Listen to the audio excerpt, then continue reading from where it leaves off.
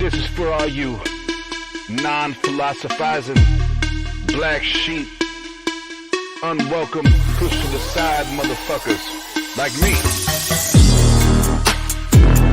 Fuck what they say. TANG gang, Atheist Your Way. Yeah. Fuck what they say. TANG gang, Atheist Your Way. Let's get down to business. These bitches got glitches. And you thought you'd dismiss us? Nah. Now I'm laughing in stitches. See, the problem be, it'll be a tragic travesty to come after me. So just know this is how we get down. Respect that shit like a pronoun, bitch. Yeah. Fuck what they say. TANG gang, Atheist Your Way. Yeah. And fuck what they say. TANG gang, Atheist Your Way. Yeah. Fuck what they say. TANG gang, Atheist Your Way. Yeah. Fuck what they say. TANG gang, Atheist Your Way.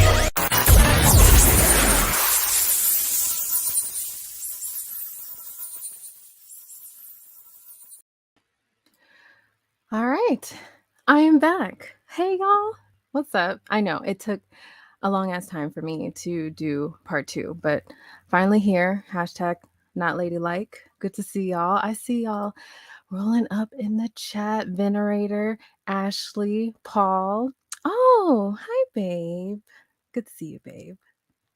Ozzy, nice to see ya. Ooh, Aaron, Aaron though. That's the homie. Nittimus. Nitty. I'm gonna call you Nitty just because I think it just sounds cute. Nitty, I see you. I like giving people cute nicknames. It just helps me not learn your real name. So, there's that. Fucking sorry. Not fucking sorry. But anyhow, thank you for your patience. I've been through some trying few weeks. I know I popped this stream up Tuesday night, and then I took it down because, reasons. Well, I'll explain myself. If y'all don't know already, I just recently, just this past Wednesday, had the funeral finally for my stepdad. And that was just a whole other pot of drama on top of, the religious stuff you kind of draw out of your head. And I spoke for 30 minutes just explaining all that drama with Oz earlier today. So, but more than happy to regurgitate all that later. If I want to go into Discord, maybe we will, maybe we won't. But thank you. I appreciate, since then, the love and support and kindness from all of you guys, and whether I've been not really visible, have been visible, Oz, letting everyone know how I've been, definitely appreciate it. Definitely felt and heard, because, being alone in all of that religiosity, being on the other side of, being deconverted and having gone through a loss is totally different feeling and experience versus when I was a believer and I went through the loss of my biological father. So I'm good, by the way. I'm good. The grief comes and goes, so you never stop grieving, really. But I have my closure, and that's important. I think having the closure, at the very least, grief will always be there, I feel, but at least having that closure with that loved one is important. And knowing that you did the right with them while they were alive, and you did the best you could to hold on to those memories or create memories, or, so that never dies. But yeah, that's my spiel. So thank you. I appreciate it. It's been a roller coaster that's still kind of going, and moving on to something a little bit different, hopefully good, past all the storm, but, details later. Can I blow a kisses at Oz? You can. I'm sure he wouldn't mind. I'm a fucking lady, asshole. Yes, thank you. Fuck yes, Andrew. You are a fucking lady. I'm a fucking lady. Everyone's a fucking lady. Be a fucking lady. I condone that. Hi, G-Paw. Good to see you. Hashtag fucking ladies. You navigated and handled everything so well. I'm very proud of you. Thank you, babe. I appreciate that. I'm proud of myself. Honestly, I am. It was, like I said, it was a roller coaster. It was trying. But thank you. I appreciate that. Well, let me not drill too much because I know a lot of you have been anticipating this. And I had to freaking revisit this fucking video myself, the second half, because I was like, oh, wow. No wonder I wanted to talk about this bullshit. And even if you remember the first half, it's just as bad as the second half is just as bad. But before I do that, let me do some channel due diligence. Of course, we know Better is coming up very quickly, actually, in about a month. Exactly, if I'm not mistaken. All these speakers, loyalists to the channel. Yeah.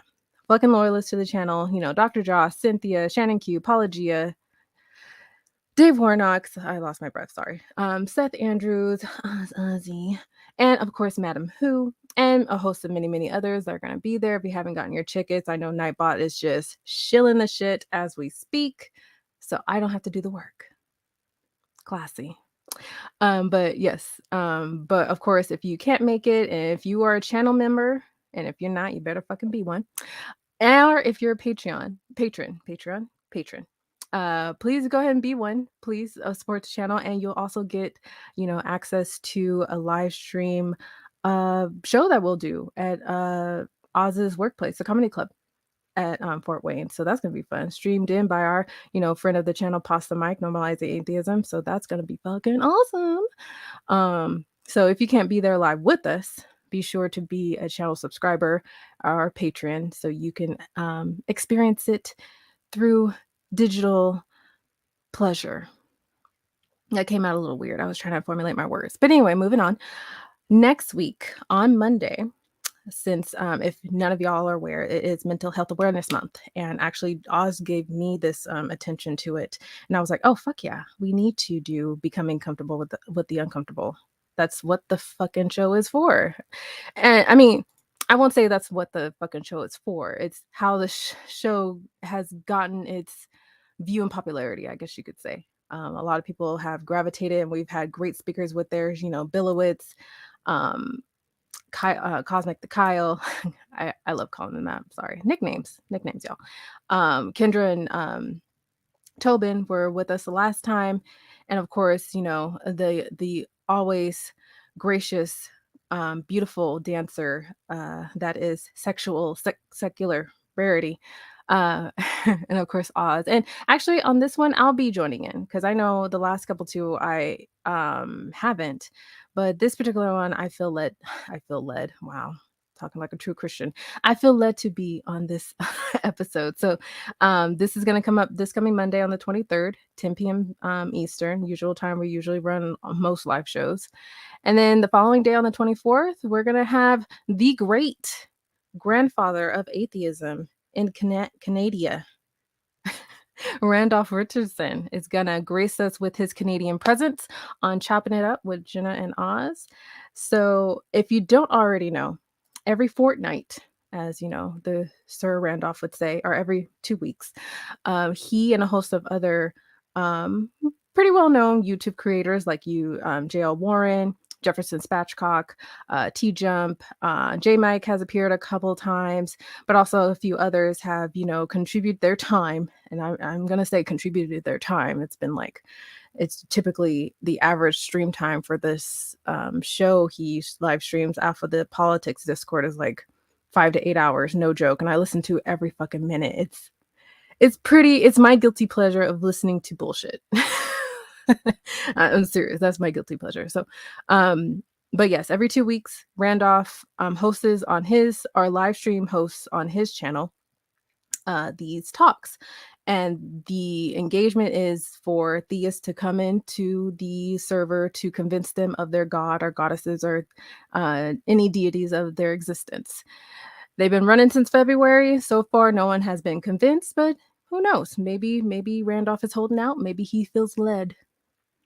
My indication is he's more keen to goddesses. He seems to be a woman guy. He seems to be that kind of guy. I don't know if Randolph. I haven't looked at the comments. My bad. I don't know if Randolph is here. He probably show up later. Ooh, Mike Carey, what's up? I hope you're doing well. I know not. I won't put out your business, but I know you've been through some things with family, so I hope you're doing well, my friend. I hope you are for sure. Bill Castle, good to see you. Native Atheist. Oh, Native Atheist. I've just peeped this, and we just recently added you to the description notes of one of our newest channel members. Applause. I don't have a soundboard, so I'm just gonna do this. There you go.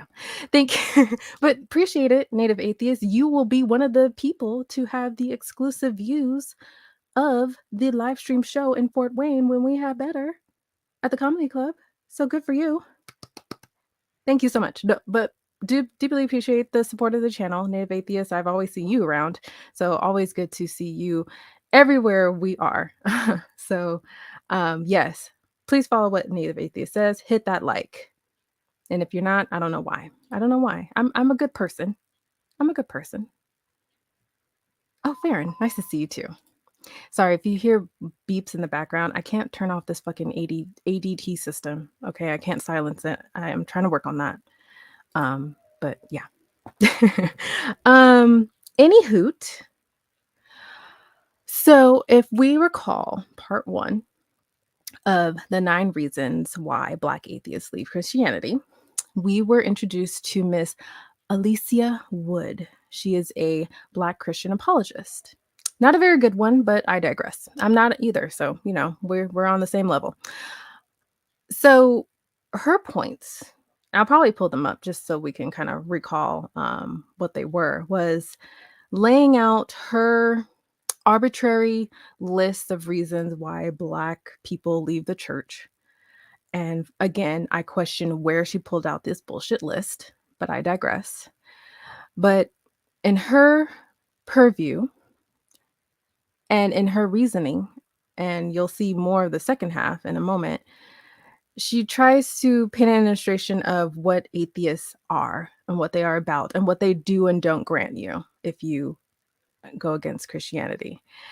Which, you know, fine, that may cover one motherfucker, one atheist that may attribute to some portion of this list that she has, not all.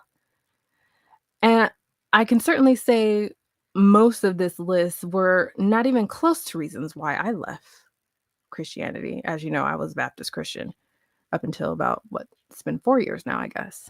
Oof, long time.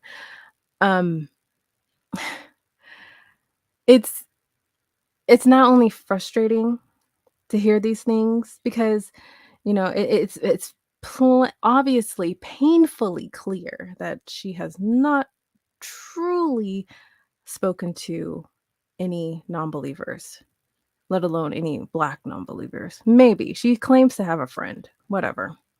It's like those bullshit claims that a racist would say, well, I got that one Black friend. Okay. I got a white boyfriend. That don't make me racist against white guys. Maybe. I don't know. I said too much. Anyway.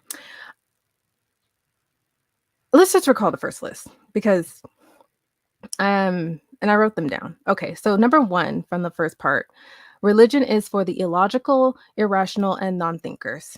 Now, I've heard arguments from many atheists that would use this, but that doesn't attribute to all.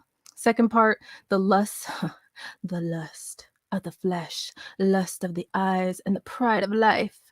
Oh my.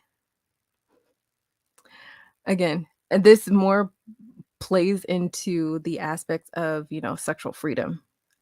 Because there's that bullshit restriction of, you know, and this is not even in scripture, so I don't even know where the fuck this came from, but this the whole aspect of no sex before marriage and only sex is for the purpose of procreation. So obviously homosexuality is out of the picture. She didn't even speak 2 minutes on this, and I'm like, you really don't have much to say, but I digress. I'm not going to rehash all of it. You can watch the first part. The three are the two, or I should say, the two other ones that we covered, 3 and 4, were the ones that were the most triggering. And I know some of them for you that watch was quite triggering. It was for me when I listened to it. 3 was moral issues.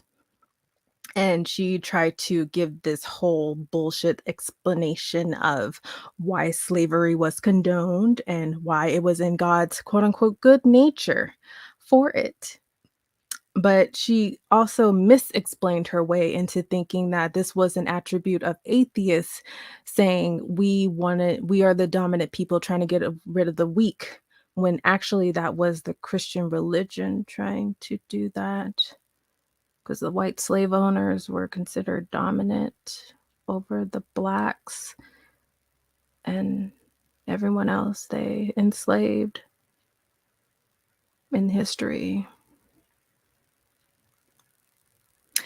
Number 4, lack of godly men. Now, this one, just by the line alone, was like, huh? This only pertains to, I did not know where she was going with this, but when she did, the whole attributing, godly men are to be in the home, and not a woman should demonstrate themselves as having dominance over running the household, which is weird because if you consider Black Christian families, the woman is both the head and neck of the household and she runs every fucking thing. Black men don't do shit sometimes. I'm just kidding. I'm not gonna say all. I'm not gonna say all. That's a generalized judgment. Don't take my word for that. I apologize. I will take that back. Hashtag not ladylike. I'll take that back. But at least in my family, my mother ran that shit. And she still does on her own now, unfortunately, given the loss.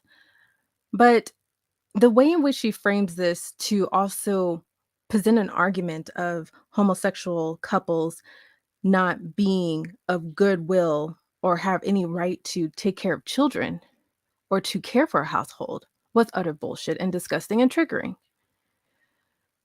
But there's more triggering stuff in the latter half, and we're going to cover 5, 6, 7, 8, and 9. 8 and once we get there at certain ones, I'm going to kind of skip over because she just gets in too much into the weeds of the purpose of what I'm trying to cover. And let me just say that the purpose of me trying to cover all this is to just give it a bit of a nuance, just to speak more to the layman person. I'm not a person that's superly overly scholared in scripture.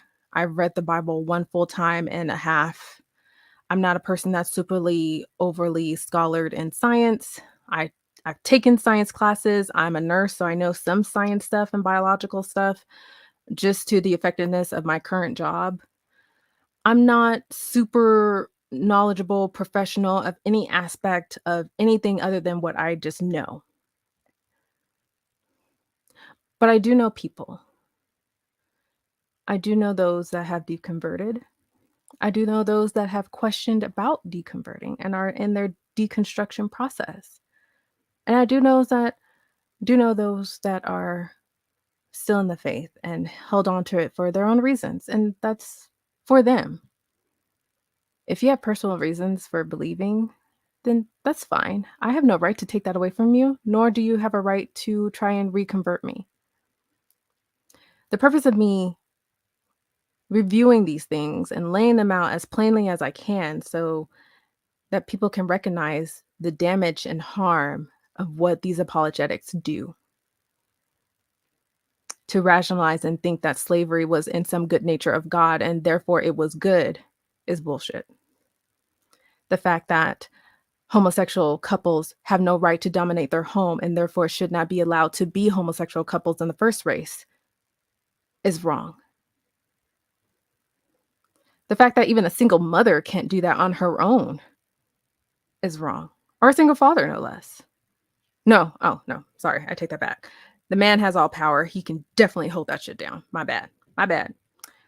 And I'm not saying that sarcastically because I know single fathers that do hold their shit down.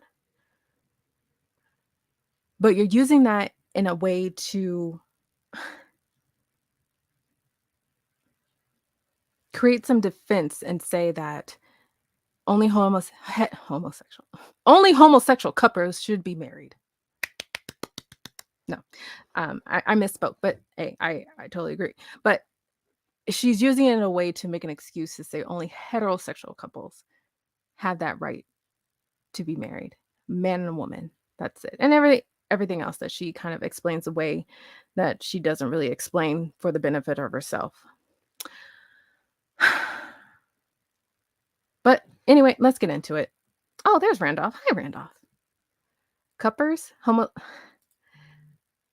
I mean, maybe sometimes I don't pronounce things well, but you don't have to make it obvious. God.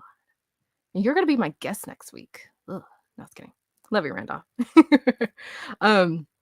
Sorry, I sometimes don't enunciate words good, Andrew. So forgive me. But yeah, let's hop into these great, sexy, beautiful, dumb reasons why Black atheists left Christianity. Blah, blah, blah. Tina, I see you, Tina. Hi, Jason. Yeah, that's an honor. Because Jason's one of those people that I respect and is hella smart about shit. So nice to see you. Thank you, sir. Okay, I'm fangirling now. Let's go. Let's do this. It would have been smart to have this already kind of primed. Wow. And I get on Oz about not having his shit ready. I'm terrible. Terrible, terrible. Okay.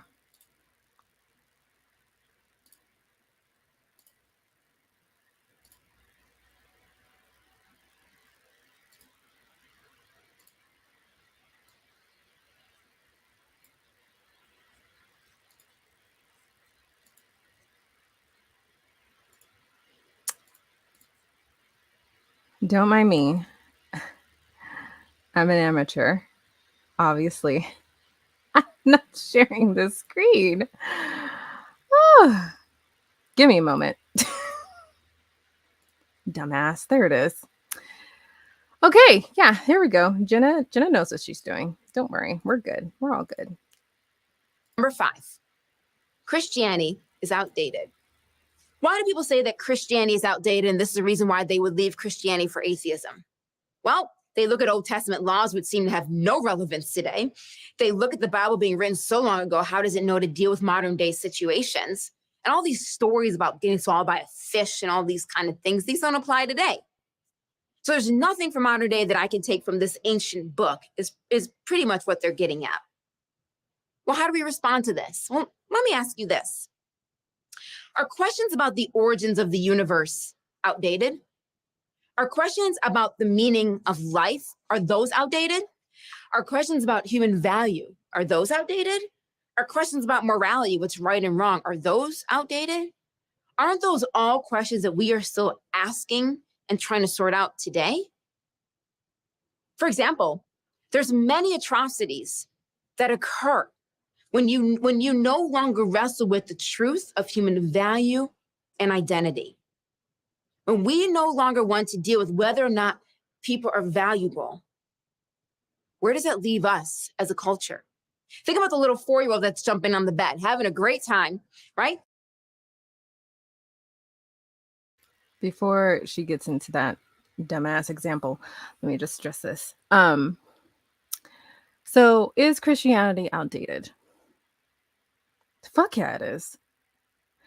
Anything that pertains to whatever Old Testament, New Testament rules or whatever followings of Jesus or what his sayings are, or what God thinks is good natured, it is completely outdated. And I'd be fearful if we follow anything within scripture today to apply any type of Christian punishment to those that don't follow it, i.e. the stoning of homosexuals and killing of firstborn babies, all that good shit. And the fact that we utilize this one single book that is, of course, unchanging, not rewritten and all that stuff, fine, to justify things that are happening in our society now. And I'm not about to talk a whole bullshit about politics because we all know what's going on. You know, the whole attempts of striking down Roe v. Wade and the abortion laws and all that bullshit. I'm not going to get into that because we don't talk about politics here, and I'm going to honor that. But that is all purely coming from a religious background that's coming from scripture, or they think it is, just to justify their shit.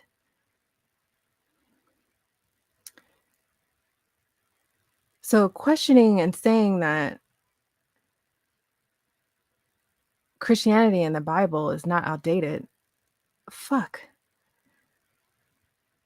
I'd be damned if we follow anything within scripture now, or any, you know, religious biblical text, whether it be Islam or whatever.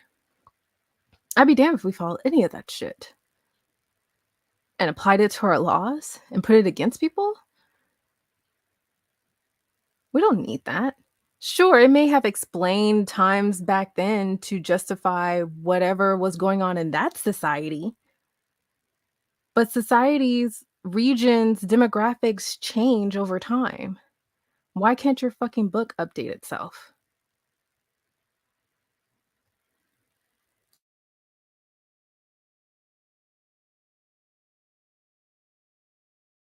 They don't care about jumping on the bed. It doesn't mean anything to them. It's just a bed.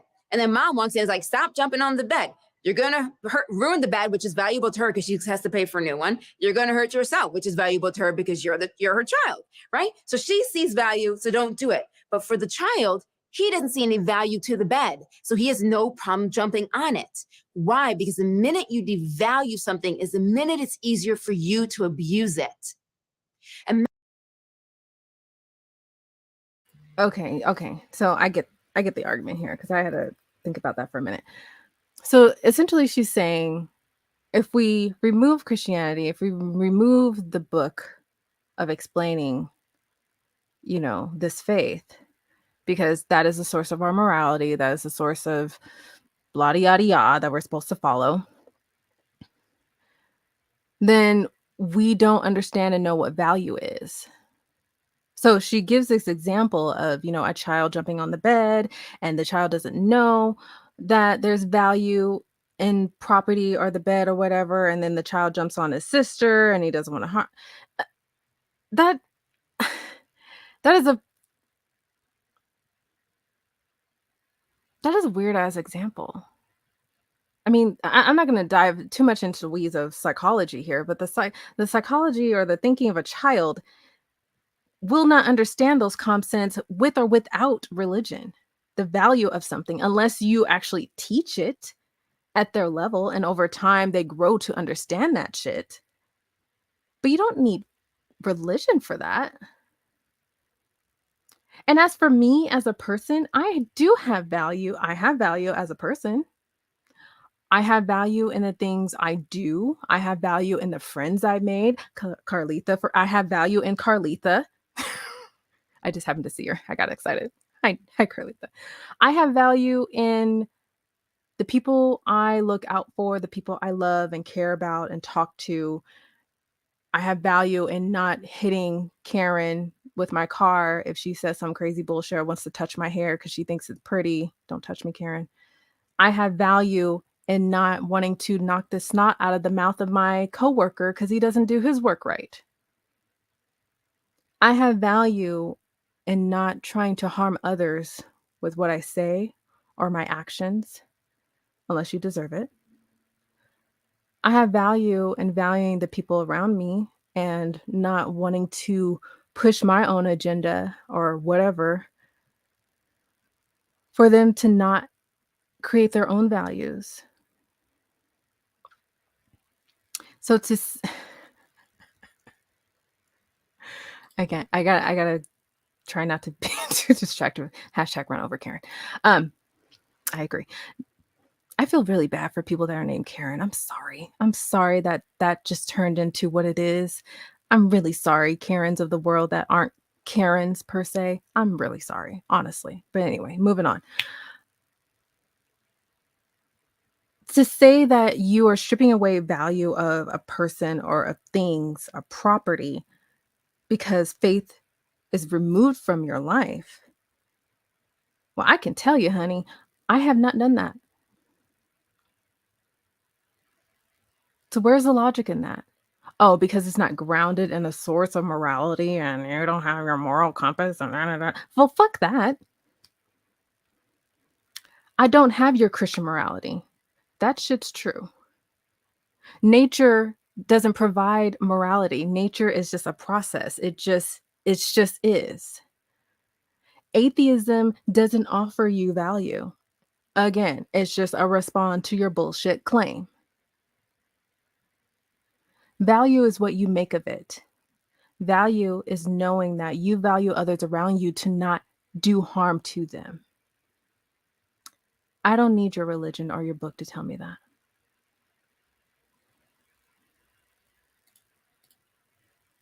Imagine he wanted to jump on his little sister. And his parents said, no, you can't jump on her. She's important. We love her. We care about her. Even if he doesn't see value in his little sister, they will teach him she is valuable. You cannot treat her this way. When we establish value, it changes the way in which we act and respond towards something. When we strip it of its value, we then abuse it. This idea of value and identity is not something of the past. When Christianity speaks of these things, it's not outdated. It's relevant and significant to this point in our lives, as it will be in the future. You know, if you go to a museum and you see a beautiful painting, a beautiful sculpture, or whatever it might be, and let's say you see this painting, and you're like, wow, this is amazing. You're going to look in the bottom and you're going to see the name that's on the bottom. And you may ask, what is somebody going to pay for this painting? And see, the value of something is closely related to how much somebody is willing to pay for it. And what determines how much somebody's going to pay for it is whose name is written on the bottom of that painting. If you look at that painting and you see Van Gogh, or you see Da Vinci, or you see Rothko or something, that painting intrinsically and inherently has a value, and people are willing to pay a lot, not because of the painting, but because of the artist who created the artwork. The value of something is tied up in its artist. The value of creation is tied up in its creator. Well, then your creator doesn't have value. How easy is it for God to say, kill firstborn children that are not of this tribe? How easy it is for God to be okay with indentured servitude. And I'm going to call that shit out. It's actually slavery. Where is the value of killing your own son to save the sins of others that don't even fucking exist yet?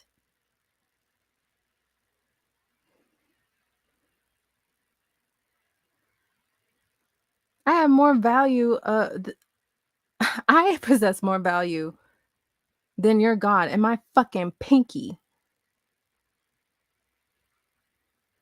And I would not condone any of the shit the Bible condones or any other God that it fucking condones, whether it is real or not. Your God lacks value. What, just because it's an old book, which is not fucking the oldest book in the fucking world, granted. Just because it's old and just because it has these supernatural parables and stories and blah, blah, blah else, that is considered valuable. Maybe to you, maybe it has value as far as it being a testament of people following this bullshit for millions of fucking years. I'm exaggerating, not millions, hundreds of thousands of years. Correction. Sure, maybe it has that value, but the value of the care and nurturing of his own fucking creation, he does not have. He doesn't.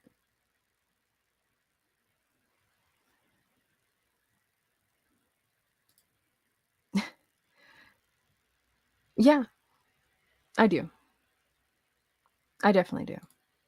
Because at least I know not to enslave people. At least I know not to stone people to death just because they want to fucking have butt sex. At least I know not to torture or harm those individuals that won't follow your shit or damn them to hell because of it. At least I know we have a super sticker from Bill Castle, $5. Thank you so much for your support. I value you, Bill Castle, because God does not. Genuinely appreciate it. Thank you so much. All right, let's move on because I don't want to spend a whole host of a lot of time because, yeah, there's just a lot that she goes into. When Christianity links closely that the value of a human being comes from its source, comes from its creator, it eliminates the ability to devalue it and abuse it because of the name of the creator that's imprinted on all of us. Yeah, no, there is no creator that's imprinted on all of us because she kind of posed this in the first part, in part 1, where she was like, we all have an inherent natural belief in something. No, we fucking don't. That inherent natural instinct is just that. It's just instinct. That's not God. Oh, well, what is it? I don't fucking know. No one truly knows but yourself. I can't read anyone else's mind or know their instincts more than they can read mine. I often have gut feelings about things and I either act on them or move away from them. I'm not attributing that being, oh, God is moving me towards this. This is his answer for me. This is him guiding me to his plan. That's not what that is, boo. That's not what that is.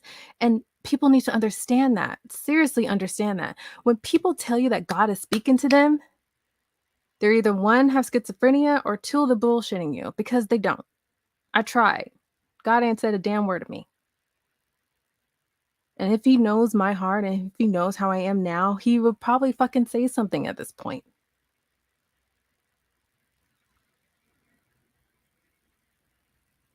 No? Nothing? Okay. Well, moving on. I'm going to go to part 6 because she goes on and on about other stuff. Number 6, the problem of evil. Because we've all gone through pain and suffering and we're tired of being powerless to stop it. This question of evil and why it's allowed to happen, why doesn't God stop it, will never go away. And for many people, they just leave Christianity because God didn't intervene in the evil act they want him to. God didn't stop the pain. He didn't stop the suffering. So therefore, he must not be there. And so they leave Christianity for it. But my response to somebody who does this is that I want you to understand that there's no answer to the problem of pain or suffering or evil that anybody can give you that should ever make you feel okay with pain and suffering and evil. There's no answer I want to give you that makes you walk past a starving child and no longer have compassion.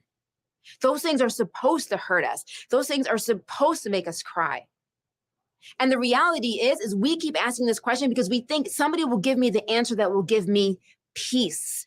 Somebody will give me the answer that will give me the ability for this to no longer hurt, for pain and suffering no longer hurt. And that should never happen. No answer should ever make you feel okay with it. It's why we continue to ask this question no matter how many answers have been given.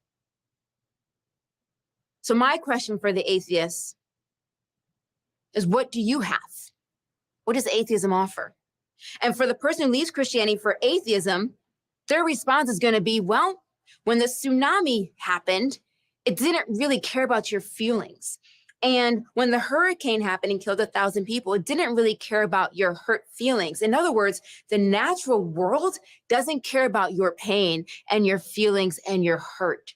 So why shouldn't there be suffering and evil? Why do you think it shouldn't be there? The universe does not care about your feelings and it doesn't care about your pain. Now, I must say, this is a weird ass fucking argument that she's creating. So the problem, the sixth reason, as far as us leaving Christianity, is there's a problem with evil. And so the example served is that there's pain and suffering in the world. Why? And our question often is, why would God allow for pain and suffering?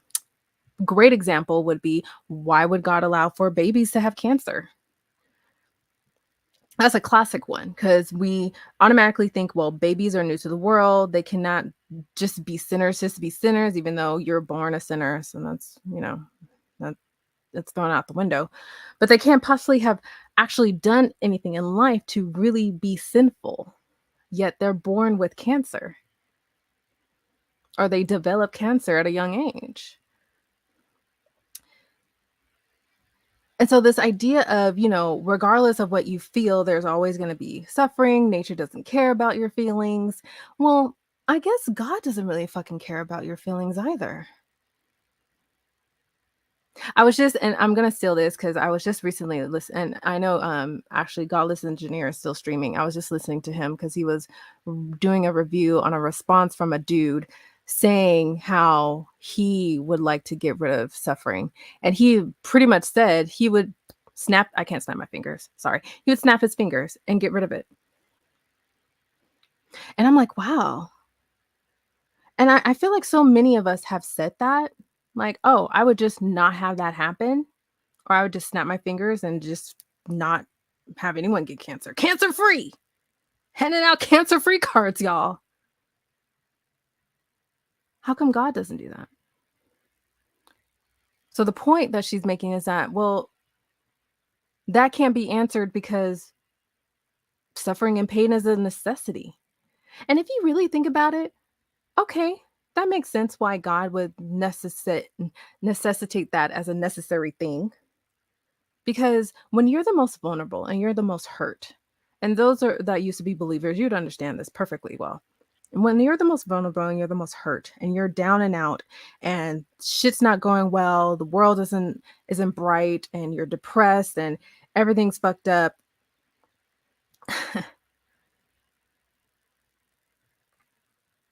That is when you are the most vulnerable, where you're at your weakest.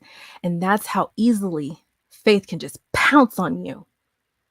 Just gather you up in its crummy little arms and say, Jesus loves you. Jesus is here for you. Pray to him. He'll guide you, make you safe. Blah, blah, blah, blah, blah. Fuck you. Fuck you. So it makes sense.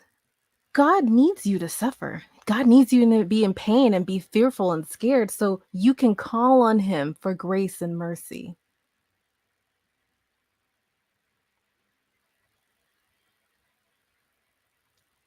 If God was anywhere of good-natured, why would that ever be a need or a necessary thing that he would make? Why would you ever attach yourself to that? That's like a bad relationship waiting to happen. It is a bad relationship waiting to happen. Your relationship with a God that needs you to suffer in order for you to, because, I mean, think about it. If everything was good and dandy in life, why would you need him or them or her or whatever? Why would you need a God in your life to pray to relieve you of your pains? And I feel like not a lot of people that are believers think about that shit. Why would you want your loved one to suffer? Why would you want to be in that grief, watching them die like I did with my stepdad?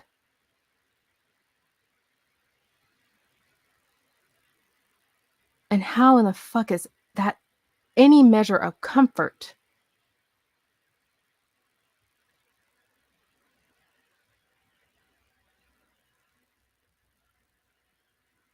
That's harmful. That's abuse. I really hope people would think about that. Before I get too much in my weeds, we did have a super chat. Bill Castle again. I value you. This is for Aunt Jur. She asked about the value of $5. Hey, Auntie, is 10 better? Way to run up the Aunt Jur. Thank you. Or way to run up her, Bill. Thank you. Appreciate it. Appreciate the support. Thank you. And see, just to play off the value aspect and the problem of evil, yes, this is definitely one of those conditions where this would be a problem for most non-believers now, or was a problem for them as they were going through their deconstruction. The issue of being damned to a fiery pit of hell because they can't not be sinners, or they're always sinners, or they're always going to be bad, and you're always just never going to do enough good because you're always going to be a horrible person. This whole bullshit thing about, oh, we have to walk Christ-like or be Christ-like. Yeah, Christ-like, Christ adjacent.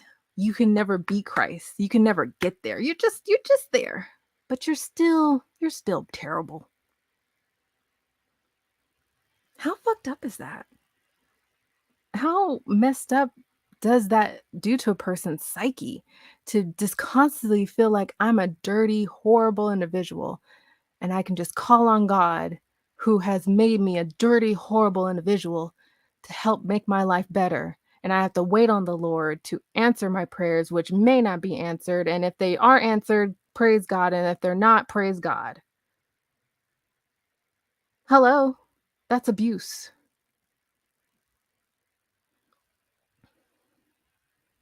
I'm getting my shit too much, I swear. What's L? Hi, welcome. You're a new name. You're a new face. Let's see. Trust is earned, and hearsay or dogma or a book or just faith is not a way to earn trust. I agree. Hi, yes, I am. Well, welcome to the channel. I curse a lot, so fuck it. But no, glad you're here. Nice to see you. Hope you stick around. And I agree, AA Ron. Never ending trauma. Exactly. Yeah, let's move on. Or another answer, if an atheist is being honest, that they might respond to this kind of question would be, well, you know what? Let's say somebody is assaulted and the atheist isn't sure, says, you know what, that's wrong. But then they might have to say, well, you know what? Maybe in 40 years from now, though, if we could see into the future, we would see that you opened up a nonprofit because of that assault that helps people with abuse. And you, maybe you've been able to be really compassionate, or you have a lot of strength or courage because of your assault, whatever it might be. So then the atheist might if they could look into the future, might say, hey, you know what? Maybe assault is okay. Maybe it is okay to assault somebody because it makes them better people. In other words, they have a hard time saying what is right or wrong because they can't always tell the outcome. Remember, their morality isn't grounded in a source. So they're looking for other ways to tell us that these things are wrong. So when it comes to evil and pain and suffering, why wouldn't the world just be like this? Why do you think it should be any different? Holy shit. Yeah, atheists, why wouldn't the world be fucking different? You don't understand that concept because you don't know pain, because your morality is not grounded in anything, because you don't believe in God. So, I reject you.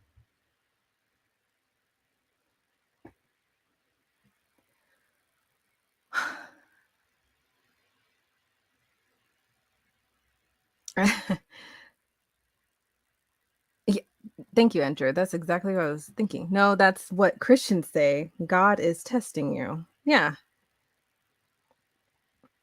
It's all a test.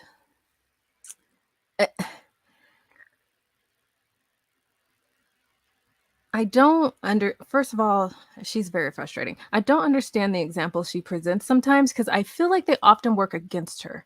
Because in this one, it's kind of like she demonstrates the atheist as, oh, I can understand that you're going through this suffering because I can't see in the future, 40 years down the road, that there's going to be this clinic for abused people. So because I don't see that, I don't care about your suffering. What? Does Christianity give you futuristic lenses to see that there's going to be a clinic? What? Fuck that clinic 40 years from now. Build that shit today. Care about people today. I don't get that example. Please, someone explain that to me, because I just don't fucking get that. Work on that shit today. Understanding the abuse and harm of someone starving on the streets, or homeless, or child abuse, or, you know, abuse, sexual abuse in general. 40 years down the road, yeah, they'll fix it. That sounds like a God excuse. That sounds like a waiting on God claim. Like, oh, you know, God's gonna fix it on his time. You know, it's been about 40 days and 40 nights. Something ain't coming yet. Is it in? Did you check the mail? Nothing in the mail. God ain't sent it yet. Well, I guess I'll wait another 40. What? See, the beautiful thing about being a non-believer, I'll tell you, I don't have to wait on some imaginary being to tell me what's right and wrong and when to wait on him to fix it. I'll just go ahead and fucking fix it. And no, I have no Christian morality grounding, because I'm not a Christian moralist. I don't believe in your morality, because your morality is bullshit and it's predicated on a good-natured being that tells you to wait and lean on them until he decides to fix it, whether despite you not fixing it your damn self. How is that anywhere genuine to anything in life?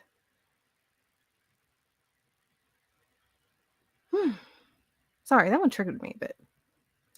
But what accent did I do? Sometimes I'm just talking. I don't know what I'm doing sometimes. I'll rewatch the tape. God can do whatever he wants. He's God. Murder is below him. You can judge him because he's God. This is some backwards reasoning. Yeah. Oh, hey, Bree. I love you. Nice to see you, girl. Okay, I'm gonna move on, because I don't want to spend a whole hour and a half on this. So let me. Oh, well, she was jumping to point 9 anyway. So here we go.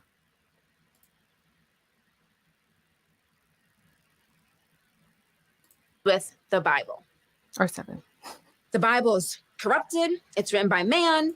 There's unbelievable Bible stories. I mean, you've heard the list goes on and on and on and on about a verse here and there that is a problem. All of these things. Slaves obey your masters. All of this stuff, right? People see these verses and say, there's a problem with the Bible. I reject this Christianity, and they move on. Okay.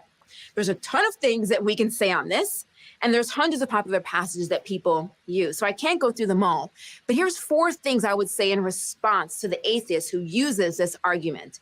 Number 1, you need... Okay. Listen to these 4 reasons. I know it's a lot. I'm gonna rewind this part again, because you really need to listen to these 4 reasons, because surprise, surprise, it's bullshit too. Oh my gosh. I'm gonna rewind it, because this is actually kind of good and kind of messed up at the same time. With the Bible. The Bible is corrupted. It's written by man. There's unbelievable Bible stories. I mean, you've heard the list goes on and on and on and on about a verse here and there that is a problem. All of these things. Slaves obey your masters. All of this stuff, right? People see these verses and say, there's a problem with the Bible. I reject this Christianity, and they move on. Okay.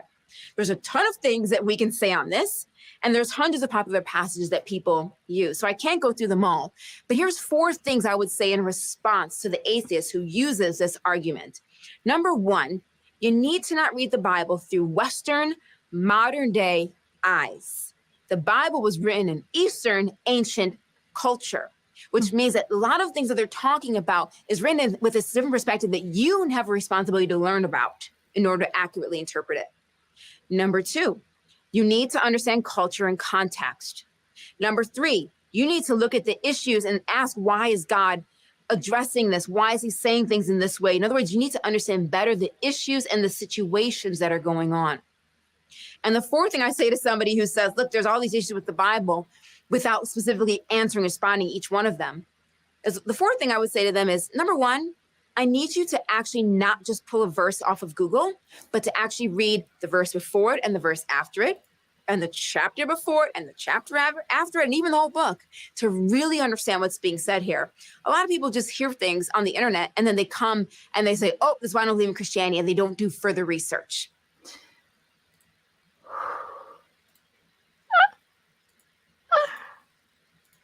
Almost so sure a lot of people, like Christian apologists like this lady, just hear things about atheists and just claim that they know about atheists because they read or heard about them on the internet.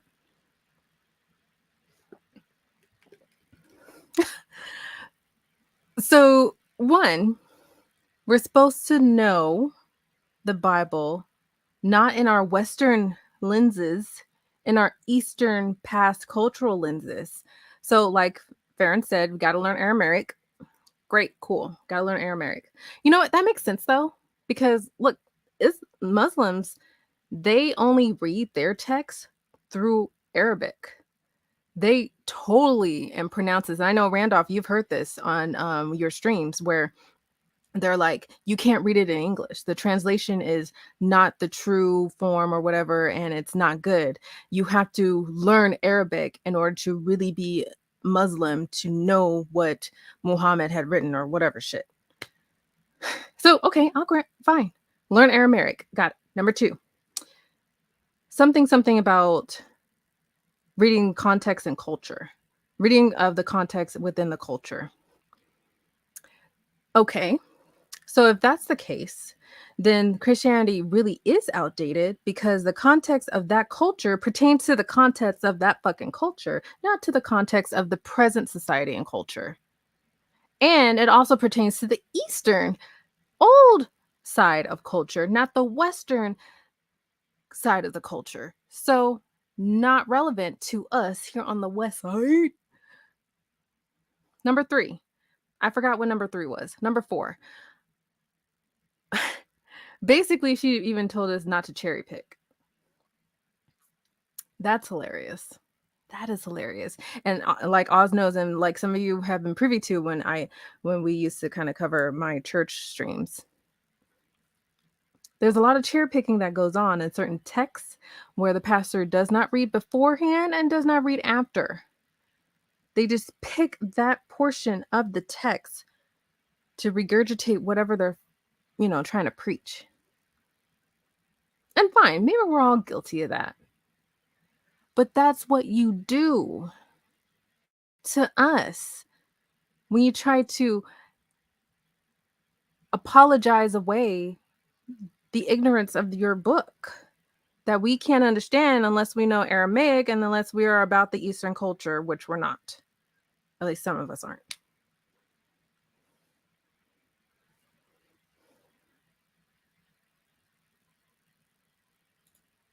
I agree. Fuck that book.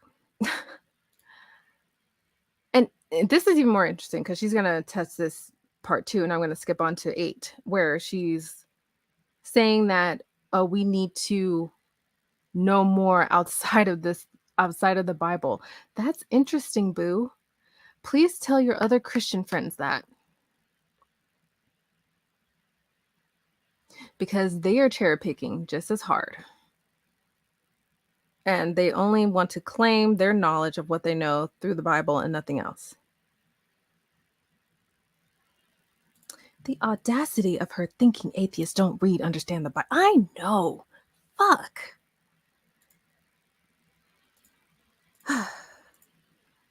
So that is those are the 4 things that if I'm going to engage with somebody, I want to bring them back to these 4 points and then begin to unpack particular issues that they have with the text.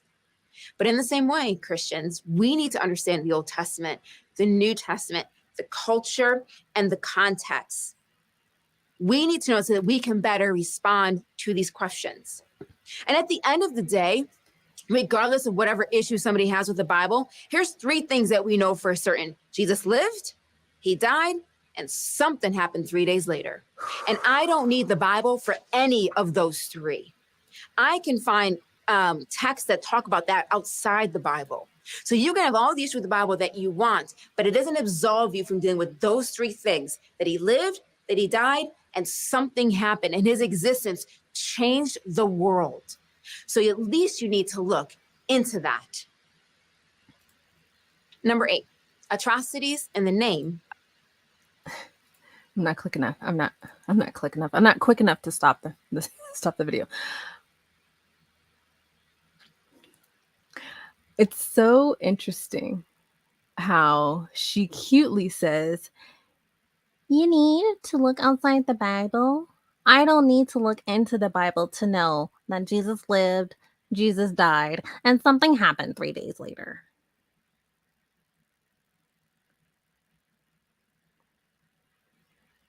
Hashtag Jesus is a myth. I find that quite interesting. One, how she says that, how, now we make the point of looking extra biblically for the proof of Jesus. But two, that last bit, something happened 3 days later. Can't you just plainly say it was a resurrection? No. I just found that, maybe I'm being nitpicky. I just found that really interesting that she said something happened 3 days later. Okay. What happened? He's still dead? Cool. Now, I know in the last couple days, and I'm not going to rehash this argument because you kind of were touching it in the chat. I saw you talking about it in chat about the whole Jesus is a myth thing and how some of us are more hardline than others. I will state for myself, I can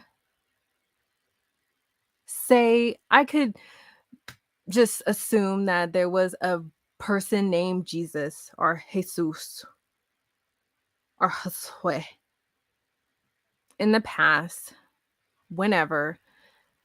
There may be some historical person named Jesus, maybe somewhere. I don't know. Do I have evidence of that in any kind of record, of birth record or whatever? No, I don't. I just will say, sure, maybe someone was named Jesus, but it's not the fucking same biblical Jesus. There is a difference. Shut the fuck up. Biblical Jesus is not the same as historical Jesus. There is no reference of a historical Jesus acting like biblical Jesus. Don't know the difference? Biblical Jesus turned water into wine, walked on water, healed the sick, healed the blind, fed people with fish and bread. There's no historical record of anyone doing that named Jesus or any other fucker. Period. That's why Jesus is a myth. And when we say Jesus is a myth, biblical Jesus is a fucking myth. I digress. Yeah, shut the fuck up, lady. Thank you. Thank you. Be nice. Don't be nice. Do the fuck you want. Number 8. Okay, number 8, I'm going to just do one portion of it because she goes off on something else with number 8 that I don't want to touch on because it's just getting too much into the weeds of me pointing out certain portions of this. So we're going to touch on the first half of what she means by number 8, and then we're going to go to number 9. And then we're going to wrap up this fucking show because I have a headache. Of religion. One of the teachings of modern day atheism is that religion is the cause of so many wars and persecutions and crusades and atrocities and all of these things. And if we just eradicate religion, all of that stuff will stop because religion is to blame for those things. The Nobel physicist and atheist Steven Weinberg once said, "Religion is an insult to human dignity. With or without it, you would have good people doing good things and evil people doing evil things. But for good people to do evil things, that takes religion." In response to Weinberg, the agnostic, who is somebody who doesn't necessarily believe in a God or doesn't know whether or not there's a God, I should say, not sure whether or not there's a God, the agnostic David Berlinski in The Devil's Delusion responded to Steven Weinberg by saying, "Just who has imposed on the suffering human race poison gas, barbed wire, high explosives, experiments in eugenics, the formula for Zyklon B, heavy artillery, pseudoscientific justifications for mass murder, cluster bombs, attack submarines, napalm, intercontinental ballistic missiles, military space platforms, and nuclear weapons? If memory serves, it was not the Vatican." Let me read you a list of some of the atrocities from the 20th and 21st century, and you might be surprised how many have nothing to do with religion. No, homegirl, let me read you a list of certain atrocities that happened in the name of religion that I'm sure we're all familiar with. Number 1, the Crusades by the Christians. I don't know how many died. They say they were in the hundreds, thousands, of millions. Who knows? I'm not an archaeologist or a historian. Talk to Pat. Holla at Pat Lowinger. He's cool. Number 2, jihads from Islam. Killed millions of people, 9/11, all that good stuff. The Inquisition, also from Christianity. The genocide of Native Americans, hey, Christianity. The Ku Klux Klan murders, oh shit, that was Christianity. Witch hunts and Wiccan murders, Christianity. Biblical endorsements to mistreat homosexuals, Christianity. French wars of religion, Christianity. The fucking Holocaust, Christianity. 9/11, not Christianity, but it is Islam. We're talking about all religions, but a lot of this list has to do with what? Christianity. 30-Year War. I forgot about that one. I think that was between the Protestants and the Catholic Church. But Christianity. Abortion clinic bombings. That shit has happened. Why? Christianity. And there's a host of other ones, of course, with Islam and some Mayan interesting ones, which are interesting. The Thuggee murders. That one I learned about in history class, which happened in India back in like the 15 or 1600s or something. That was Islam, but, Christianity. I'm just saying, just because you have your list of wars and atrocities and slaughters or what have you that has happened that was not of religious foundation, there are plenty of other on equal standing from a religious foundation that has happened because of religion. Female mutilation, Christianity. Thank you. Appreciate that. Stalin and was Russian Orthodox, Christianity. I'm having fun saying it like that. I'm sorry. Just because if we want to remove religion, and I'll answer your question in a moment, Venator, because I saw it and I will answer it. Just because there should be a removal of religion because of atrocities does not mean there will not be any wars or atrocities for other reasons. That's plainly obvious based on the list I'm not going to play right now because you just read off in the mouth about a list of yours, and it's my show, my channel. I'm going to do my list. I'm going to skip over yours. Shut the fuck up. If you guys are desperate to know, I'll send the link to this shit. It's fine. I just don't want to go through the whole thing. She takes like 2 minutes and it's like, oh my God, like you just Googled every fucking thing. Anyways, I don't feel like going through that. But the removal of religion or faith doesn't mean that no bad things will not happen. People are people because people be peoplein', meaning we have to look out after ourselves and our behaviors to not do harm and damage to others. You don't need faith for that. You don't need faith to regulate that shit.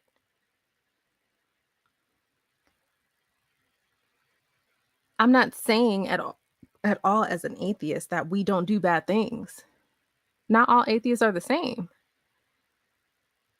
But you cannot say or remove yourself from the reality that faith has demagogued and killed and silenced those that were not of your in-group. And the fact that you don't want to face that and see that is what's wrong. I'll face the bullshit on my end. You lack the courtesy of facing yours. And that's the issue. And back to your question to me, Venerator, I'm trying to find it as I'm scrolling up. Are you for secular society or ban all religion? I am for secular society. I'm for a society that does not harm or put down others for their differences or for whoever the fuck they are as people. People are people. Am I for a ban of religion? No. To be more specific, I am on a ban for religion in law, meaning you do not create your bullshit laws based on your faith or what you think it's based on your faith. That's just your fucking excuse because, oh, pro-life, oh, we're going to take care of the babies, but we don't do fuck else after the babies are born. So no, I don't favor banning religion. People on this channel may say otherwise. That's cool. I don't. Am I anti-theist? I might be approaching it. But I would, one, never remove someone from their faith because I know that harm. Nor would I push my atheism on them. But I will fucking, if I had that power, ban religion within law. We're lucky enough, most of us that are in the US are in a country where, you know, the worst we got right now is the removal of Roe v. Wade. Whereas any other Middle Eastern country, the worst is that you get put to death by saying shit against Muhammad. Hell, honor killings are a fucking thing. And they turn their blind eye away from it. Which furthers the point that Islam is hella fucking worse than Christianity, but Christianity is still fucking bad too. But anyway, moving on. And I want to read you as well. Nope, we're not having her read any fucking thing. We're gonna move on to blind faith because I want to wrap this shit up. Blind faith.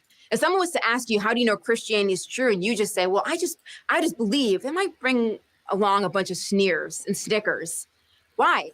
Because for many people in the atheist community, this answer makes it seem like there's no evidence for Christianity. There's nothing solid about it.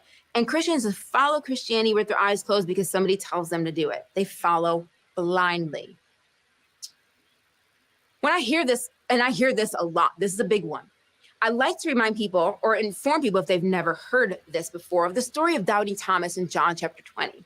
You're familiar with the story, so I'll just go through it very quickly. But Jesus rises from the dead. He appears to his disciples, and Thomas isn't there.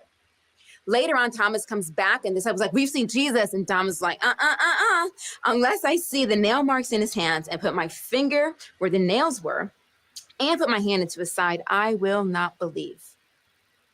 Then Jesus appears again. He comes back, and he says to Thomas, put your finger here. See my hands. Reach out your hand and put it into my side.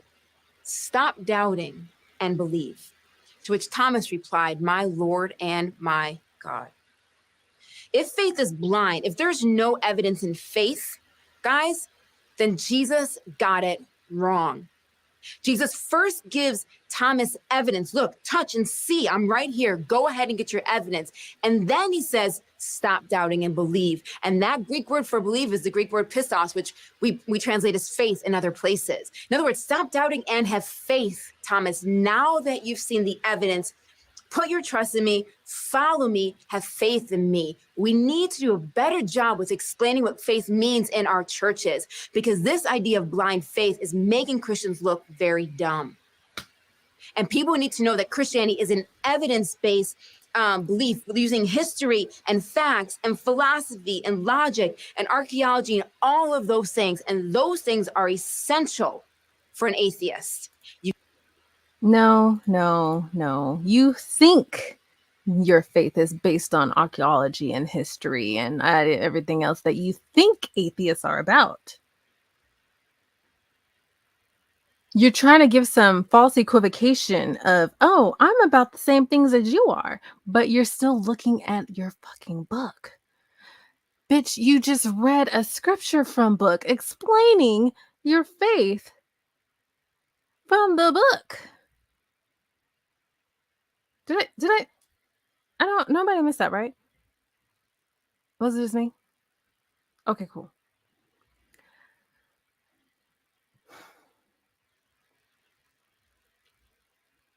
I'd be damned if Jesus showed up right here, right beside me, and was like, touch my hand hole. I'm real. Touch that hole. Stick your finger in my hole. That sounded wrong. Anyways, I'd be damned if someone came up to me and proclaimed they were Jesus and showed me that. It's so interesting how so many stories in the Bible where there's a talking burning bush or wherever the fuck Angel Gabriel comes down and talks to Mary and impregnates her and all other stuff.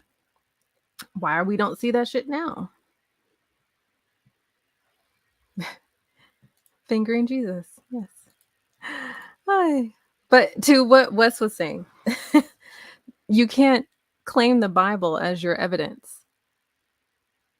That's not evidence. These are stories that people are making up to influence people that this shit is true. You can't prove the Bible with the Bible. And you're one to talk to say, oh, we look outside of the Bible. No, you're fucking not. You're already prescripted to think of a God belief. And then you go to scripture and then you try to find some relevancy to adhere to your scripture. That's not how that works, boo. In fact, I'm going to stop here because I think we're good on that. That's not how that works. You're just leading on more of what your baseline faith is already. You have to remove yourself from that.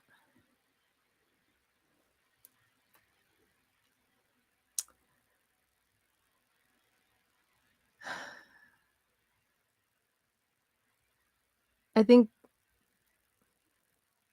I don't know or understand where these reasons of hers came from. They're very arbitrary, as I've said and everything else, and sure, maybe some of us here as atheists have attributed to at least one of them on the list as one of our main reasons to have left the faith. Sure. I can identify with some that are at the very least very triggering for me. For instance, my issues with biblical slavery and homosexuality were my top two for me questioning my previous faith and eventually leaving it. Those are my top two. Whereas others, I know for Oz, was, the idea of hell and persecution. And that's always been classic for many too, and everything else. But then to attribute your reasonings and to think that this is what all atheists think, that's bullshit. That just shows that you don't know us and you lack the value of even caring what we think and what we say. There are many reasons why a lot of us have left faith. I won't speak for all of us, but I know for me, besides those top two,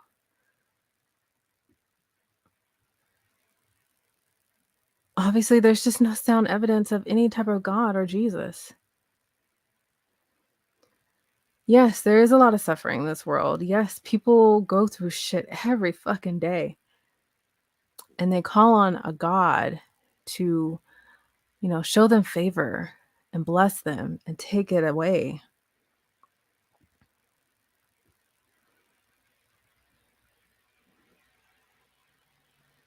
I remember on that final day in the ICU with my mother, my sister, and myself, and my stepdad at the end of his life.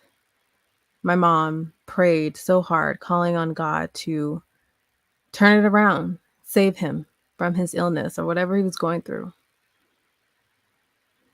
I didn't go into detail what my stepdad suffered from and died of. I won't now. It's too much medically to explain. But the point is, she prayed hard for her husband not to die.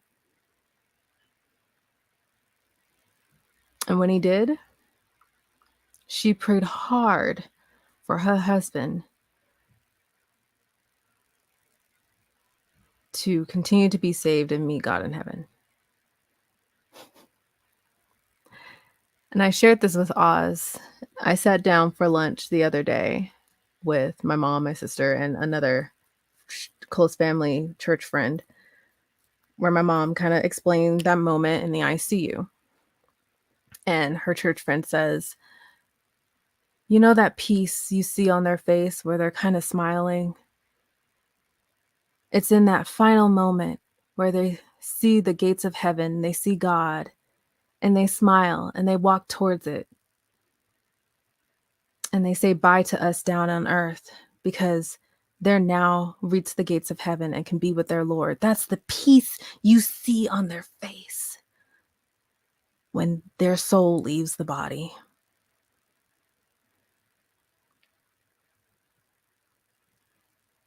How sick is that?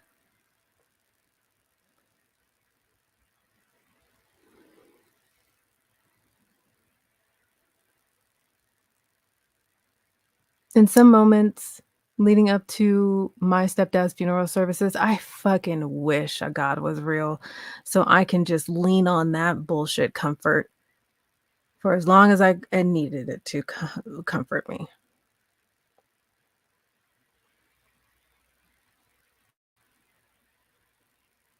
But then I would never find my closure.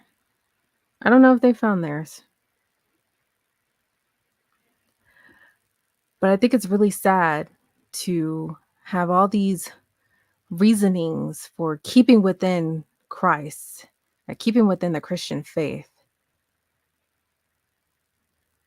You know, understanding God's good nature, understanding there's going to be suffering and pain no matter what, because God commands it to be, that there's going to be, you know, there is a need to have a father figure in the household, a Christian father figure in the household, because that is what is demanded of God in order to keep a nuclear family. Homosexuality should be damned because there is no procreation within homosexual sex. And all this other bullshit. Lust should not be nurtured, or pride should not be nurtured, because you cannot be lustful or prideful. You are a sinner. You are damned to be a sinner for the rest of your life, no matter how Christ-like you walk towards it. How and at all is that comforting? And some may ask, well, why do you care? Why are you talking about this? Why is this any level of importance to you? Why? Because these were my experiences, and these are experiences of many others that are transitioning out. And what I have to listen to and go through on a daily basis with my own family. And how potentially sick it is to keep thinking these things. And then a fucking person wants to say, without belief in your life, you cannot survive many things, or you cannot survive a death. I don't have belief in my life. I don't pray to a God. I am an atheist. I've survived my biological dad's death, and I've survived my stepdad's death. And I have closure with both. I don't need faith to tell me how to feel, how to act, what to lean on, what to pray for. I don't need that. That's not genuine. That's not my authentic self. And nor should anyone else rely on that, because it's unhealthy.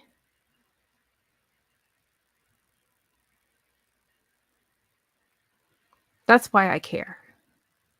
That's why I want to continue to do these solo streams, addressing more directly Black atheists that are coming out of faith because of the bullshit apologetics that they view from this channel, Jude 3 Project.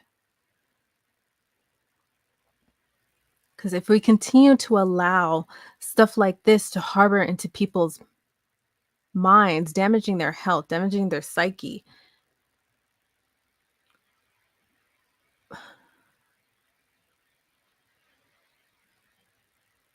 it will never do any good for anyone.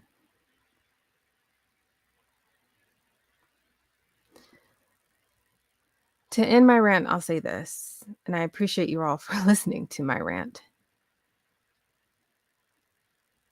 Just know that whoever you are, whether you're a Black atheist, in your deconstruction, deconversion, if you're just a person just questioning in general, know that you have the strength of your own self to go and persevere over any struggle in life, almost any struggle. And it won't always be perfect, but don't rely on some imaginary being to answer your questions or to pull you out of shit.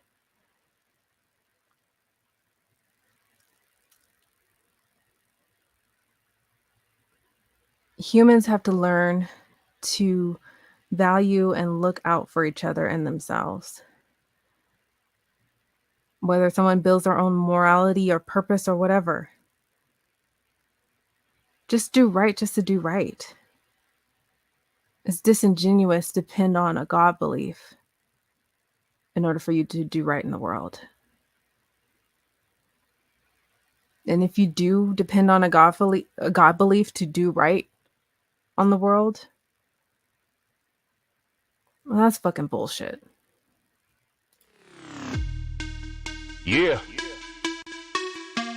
This is for all you non-philosophizing black sheep, unwelcome, push to the side motherfuckers like me. Fuck what they say. TANG gang, Atheist Your Way. Yeah. Fuck what they say. TANG gang, Atheist Your Way. Let's get down to business. These bitches got glitches. And you thought you'd dismiss us? Nah. Now I'm laughing in stitches. See, the problem be, it'll be a tragic travesty to come after me. So just know this is how we get down. Respect that shit like a pronoun, bitch. Yeah. Fuck what they say. TANG gang, Atheist Your Way. Yeah. And fuck what they say. TANG gang, Atheist Your Way. Yeah. Fuck what they say. TANG gang, Atheist Your Way. Yeah. Fuck what they say. TANG gang, Atheist Your Way.